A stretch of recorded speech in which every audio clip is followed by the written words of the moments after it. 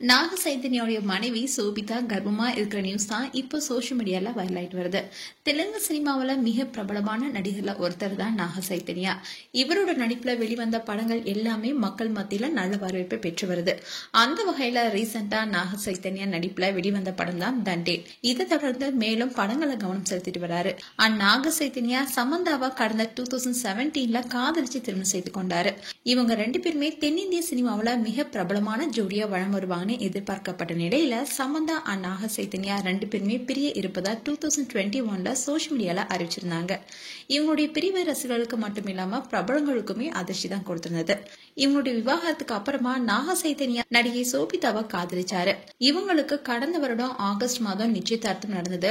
அந்த சமயத்துல சமந்தாவோட ஃபேன்ஸ் எல்லாருமே நாக சைத்தன்யாவை கடுமையா விமர்சிச்சுட்டு வந்தாங்க.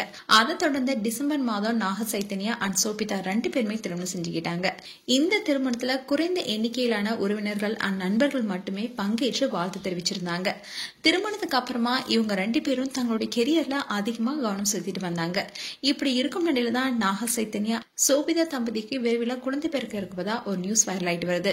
இதற்கு காரணம் மும்பையில் நடந்த ஒரு நிகழ்ச்சியில நடிகை சோபிதா அவங்க வயிறு தெரியாத மாதிரி புடவைய மூடி அணிஞ்சிருந்தாங்க. அதனால அவங்க கர்ப்பமா இருப்பதா சொல்லப்பட்டுச்சு. ஆனா இது குறித்து நாக சைத்தன்யா தரப்பிலேயோ சோபிதா தரப்பிலேயோ கர்ப்பமா இருக்கிற தகவலை இன்னும் வெளியிடல.